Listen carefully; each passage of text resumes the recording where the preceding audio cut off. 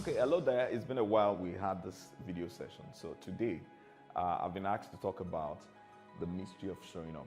And when I started thinking about this topic, a thought that crossed my mind is let's look at stories of people that showed up and what happened. Because life is like a sinusoidal wave, or ups and downs. You would always have challenges, you will have victories. And then the question is this: can you determine when they will come? You cannot. So which is why showing up becomes a major element of victory. Now, what exactly does it mean to show up? And that is part of what we're going to be discussing today. But before I go on into the theories of showing up, there are a number of stories that I thought I was going to share. The first one, and they're all related to the Bible, because I think that these stories can inspire us even beyond really reading it for religious reasons.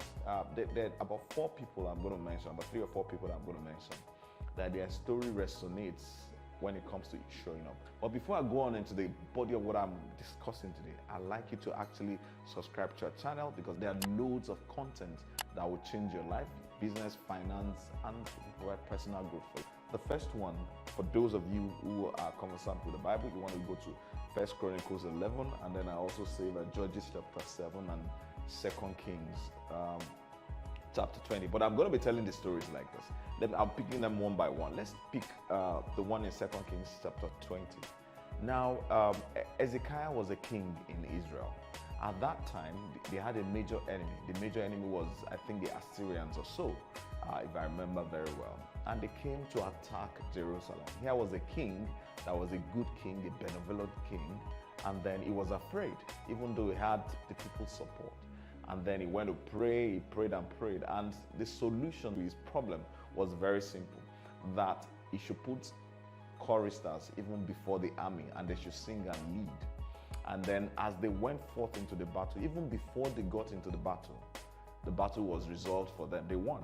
The same thing with Gideon. Essentially, he was asked to do some basic thing. The summary was go to the battlefront first. And if you look at these other men of David, the first place I mentioned also, they were men of war. They had their sword. They showed up at the battlefront when everybody had left, and they won that particular battle. And the lesson we need to take away from these people is that, one, the war was won 50% when they showed up. Like the man that went with choir, really, choir go to war front, you would want to think, would it work? But it showed up first. Now, this is the thing when you show up sometimes. When you show up in faith, when you show up with confidence, when you show up with courage, even if you're afraid in your heart, when you step out and say, look, I'm responsible, I can solve this, I want to solve this, your problem is half solved. Because what happens is that the resources you don't think is available comes to you. Now, take for example one of the stories I read. One of them fought about 300 or more people at once. In terms of human strength, there is no matter how strong you are, you cannot fight 300 or more people in one day. But what it tells you is that when he showed up, when everybody had run away, when he showed up, the strength that he didn't know he had before came. So how do we apply it to our lives as individuals? The first thing, just like I lifted, is you need to understand that the buck stops with you. I said burn the boat. So, whether you're running a business or whether you're in your career, whether you're in school, challenges will come. What a lot of people do is to run away. How do we run away as an individual? We either disappear. I know a young man who is owing a lot of money because his business went hurry, and then he disappeared and just caught up and changed his line and everything. Nobody could trace him. That is running away. Some will indulge in alcohol, some will start taking drugs, some will just bury their head somewhere. That is the wrong approach. The first solution to every challenge is to show up, to own the challenge, to show up every day and say, look, I'm going to solve this. I might not be able to solve it now. I might not understand how to solve it now, but I will solve it.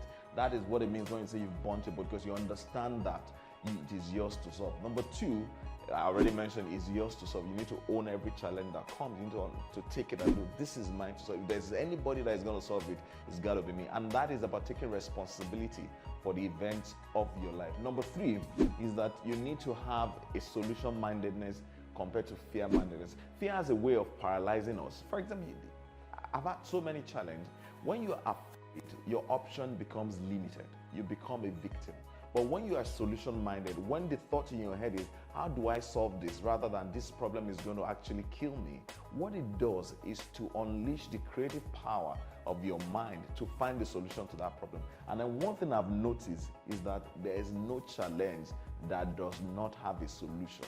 Any challenge that comes your way is because there's inherent capacity in you to resolve that problem. So you need to ask yourself, how can I solve this problem? Don't try to say, look, I don't have the resources.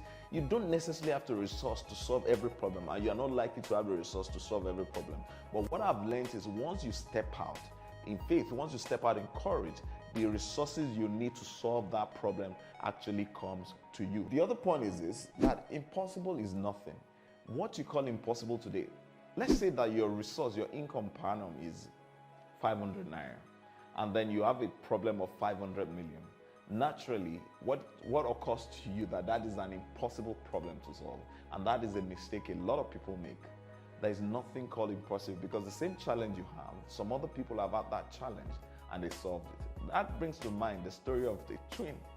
The twin had very violent alcoholic father, and then their father was also a criminal, and then one of them ended up in prison, and they asked him that, look, how come you ended up in prison? And he said, look, with the father I have, with the environment I grew up in, what else would you have expected of me?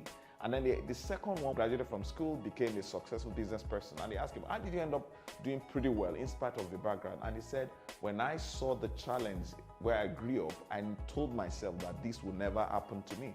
If you see the two, for the other man, it's possible to say, for him to say, look, it's impossible for me to have turned out this way. But two people had the same issues. They ended up in different destinations because they understood, one understood what it meant in terms of choice, and that there's nothing called impossible. Number two is you need to promise yourself that you will show up every day and you will solve whatever problem that will come your way. That is also part of building yourself up if you want to show up. And then you need to prepare for the day of showing up. The challenge with a lot of us when it comes to showing up, because you see, when we say show up, we're referring to challenging times, we're referring to troubled times, we're referring to when there's a demand on you and you have to step up to the plate. The challenge with a lot of people is we tend to get ready to show up on the day that we're required to show up. That is a wrong mindset. You need to start preparing today. What skill do you need to solve the challenges that are prevalent in your environment, in your industry, in your career, in your job, whatever you do, your relationship? You need to start asking yourself, what do I need to do to develop myself? How can I be better? How can I be stronger? How can I be more knowledgeable? Because the day you are called to show up is not actually the resource you have at that time. The demand of showing up is based on what you've built, what you've accumulated in yourself in terms of knowledge, character, strength, the relationship, and so on and so forth. Those are the tools you need to show up. So today is the day to start planning to show up, because at the end of the day, life will always call you to show up at some point in your life. The question is, would you be able to show up? And this is where I will end it. It's a mystery, because once you show up, whether you know what the solution per se or not, you have solved 50% of your problem. And I'm going to illustrate. It's very simple. If I'm owing you money today, I'm owing you 50,000 naira. And then every day you come to my office, you know maybe I could not pay. You call me to say, look, 50,000, or somebody's owing you 50,000. But every time you call the person, he picks this call and says, look, I do not have this money. I'm working on it. I will. You could be angry because there is delay, but how would you compare to the other person that you call is not picking your call? You go to his house, you cannot see him. Your heart is rested with the guy that keeps showing up to say, look, I acknowledge that there's a challenge and I'm going to solve it. So he solved 50% of your anxiety, he solved 50% of your fear. In fact, when it comes to the way you approach justice for both of them, you most likely will be lenient with the guy that keeps showing up, keeps staying there to say, look, this is what I would do, and it's not disappearing on you. The challenge we have a lot of time is people abdicate those responsibilities. So my brother, my sister, my friend, wherever you are listening to me today, showing up solves 50% of your problem. If you're in trouble, if you are challenged, it is not the time to just disappear. It is time to ask yourself, who do I need to show up to? What do I need to show up with? And what resources do I need? And keep asking yourself that question, because when you keep showing up, your creativity, your mind is expanded to find a solution to the problem you have at hand. Don't disappear. Those challenges are not meant to destroy you. The stories I've related were men who showed up and miracles were done with their hand. So the same thing, my friend, show up today to that problem. you're 50% done resolving it. Thank you. I hope this has added value to you.